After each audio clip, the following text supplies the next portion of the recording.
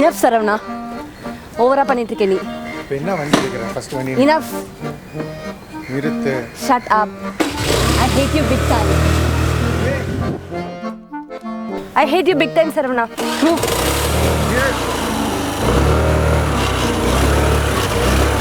இல்ல.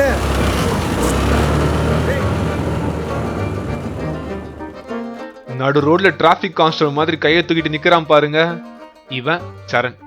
சிக்னலை மதிக்காத ஆட்டோக்காரன் மாதிரி போயிட்டே இருக்கா பாருங்க, அவ ஐஷு.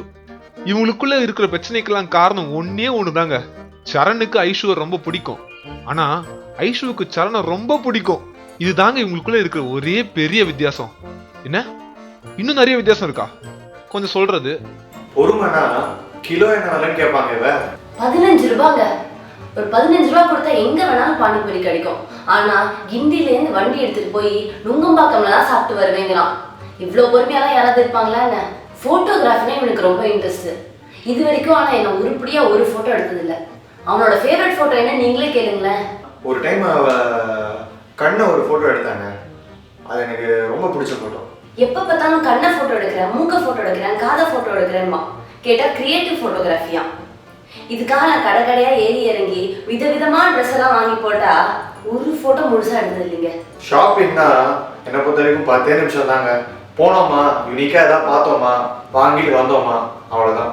அதை விட்டுட்டு அவங்கள மாதிரி ட்ரெஸ் வாங்குறது, இவங்கள மாதிரி செருப்பு வாங்குறது, ஐயோ இதெல்லாம் நம்மளுக்கு செட் ஆகாதுங்க. ஆனா ஷாப்பிங் பண்றதுல அவகிட்ட ஒரே ஒரு நல்ல விஷயங்க, பேரம் பேசுறதுல அவளை அடிச்சுக்க ஆளே கிடையாது.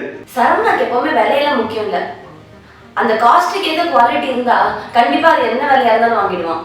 இவ்வளவு கடை ஏறி இறங்குறேனே, அது என்ன எனக்கு மட்டுமா என்ன?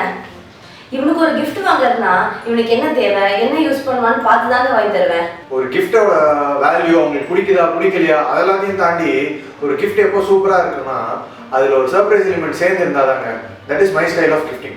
சர்ப்ரைஸ் பண்றேன்னு ஒரு வாட்டி செம்ம மொக்க பண்ணாங்க. டின்னருக்கு ஒரு இடத்துல கூப்பிட்டு போயிட்டு எனக்கு பிடிச்ச பாட்டு பாடுறேன்னு சொல்லிட்டு வெறும் ஹம்மிங் தான், லிரிக்ஸே இல்ல. சரி, லிரிக்ஸ் தான் எனக்கு தெரியலையேன்ட்டு இவங்க ஏதோ கரெக்ட் பண்றான்னு வந்தாங்க. இவங்க என்ன பண்ணாங்கன்னா பாட்டு அப்படியே படிக்கிறாங்க, அந்த டியூனே காணுங்க. அடடா நிறுத்துங்கப்பா, விட்டா சொல்லிட்டே போறீங்களே. இவங்களை பத்தி எனக்கு தெரியாதா? 5 நிமிஷத்துக்கு முன்னாடி ஆரம்பிச்ச பிரச்சனை இப்ப என்ன ஆகுதுன்னு பாருங்களேன்.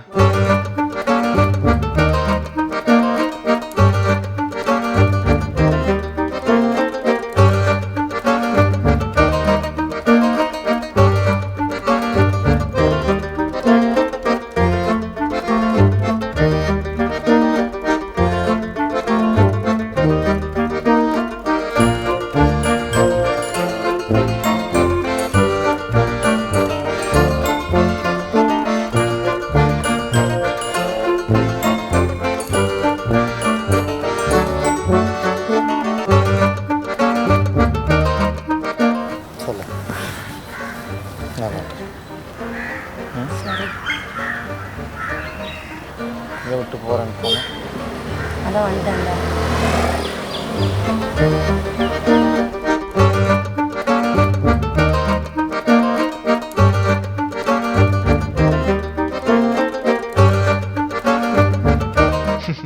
இப்ப தெரிஞ்சிருக்குமே, இதுதாங்க லவ்.